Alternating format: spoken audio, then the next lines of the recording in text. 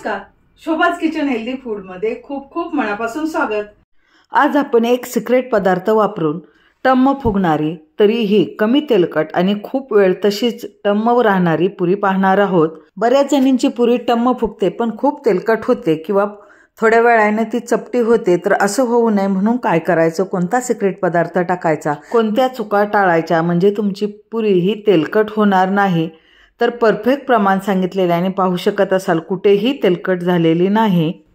ही recipe बनवताना अनेक tips आणि ट्रिक्सचा वापर केलेला आहे, त्यामुळे व्हिडिओ शेवटपर्यंत पहा म्हणजे तुम्ही बनवलेला पदार्थ सुद्धा ज्याप्रमाणे व्हिडिओमध्ये दिसतो त्याचप्रमाणे होईल। चला तर मग झटपट रेसिपीला सुरुवात करूया। साहित्य आणि कृती पाहू। गव्हाचं पीठ घेतलेलं आहे, जे आपल्या चपातीचं पीठ असतं ते 1.5 वाटी पीठ घेतलेलं आहे, म्हणजे याच्या 6 चपात्या होतात। पुढील सिक्रेट पदार्थ म्हणजे 2 चमचे बारीक रवा। रवा टाकल्यामुळे पुरी कमी तेलकट होते, तशीच ती फार काळ टम्म फुगलेली राहते, म्हणून बारीक रवा अवश्य टाका। रवा टाकल्यामुळे पुऱ्या तळताना तेल कमी लागते। ही पहिली महत्त्वाची टिप आहे। त्यानंतर चवीपुरतं मीठ। दुसरा सिक्रेट पदार्थ म्हणजे 1 चमचा साखर। साखर टाकल्यामुळे पुऱ्या कमी तेलकट होतात, पुरीचा रंग छान येतो, त्याचप्रमाणे पुरी टम्म फुगते। ही दुसरी टिप आहे। पीठ मळताना कुठेही आपण थंड तेल किंवा गरम तेल टाकायचं नाही, ही महत्त्वाची टिप आहे। जर तुम्ही तेलाचे मोहन टाकले तर पुऱ्या ह्या जास्त तेलकट होतात, जास्त तेल पितात। सर्व मिश्रण एकत्र करून थोडं थोडं करून पाणी टाकायचं आहे।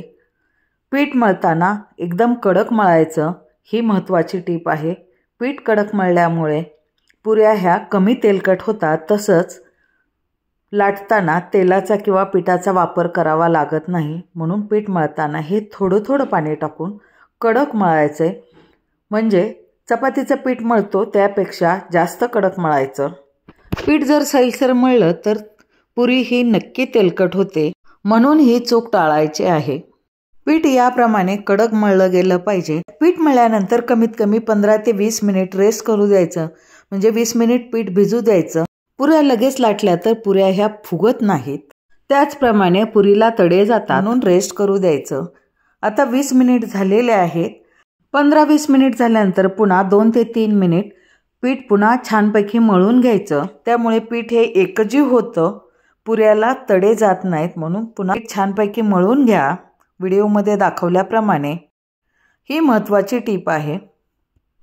पीठ मळून झाल्यानंतर चपातीच्या पिठाचा गोळा घेतो तेवढा गोळा घेतलेला आहे, आणि पुरी ही लाटताना कुठेही आपण तेलाचा किंवा पिठाचा वापर करायचा नाही, कारण पीठ हे कडक मळलेलं असतं आणि पुन्हा आपण मळून घेतलेलं असतं, त्यामुळे पीठ अगदी बाइंडिंग झालेलं असतं। कुठेही पीठ पोळपाटाला चिकटत नाही किंवा लाटण्याला चिकटत नाही।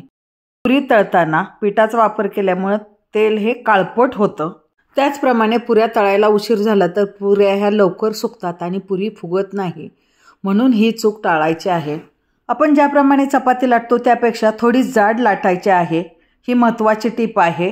पुरी फार पातळ लाटली तर फुगत नाही, म्हणून पुरी लाटताना जाडसर लाटायची। आणि त्यानंतर मोठ्या आकाराची मी वाटी घेतलेली आहे आणि वाटीच्या आकाराच्याच मी पुऱ्या करणार आहे, म्हणजे पुऱ्या ह्या एकसारख्या गोल होतात आणि एका वेळी जास्त होतात। तुम्ही अगदी छोटे छोटे गोळे घेऊन तसेही लाटू शकता। तर एका चपातीमध्ये 3 पुऱ्या झालेल्या आहेत। आता 2 गोळे मी छोटे छोटे करून घेतलेत, या सुद्धा मी लाटून दाखवते। पहा, एक एक छोटा छोटा गोळा घेऊन आपण पापड ज्याप्रमाणे लाटतो ना त्याप्रमाणे लाटायचंय।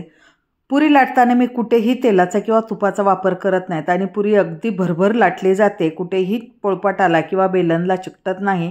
तर अशाच प्रकारे मी अजून एक पुरी करून दाखवते। पहा, अशी एवढी जाड पाहिजे।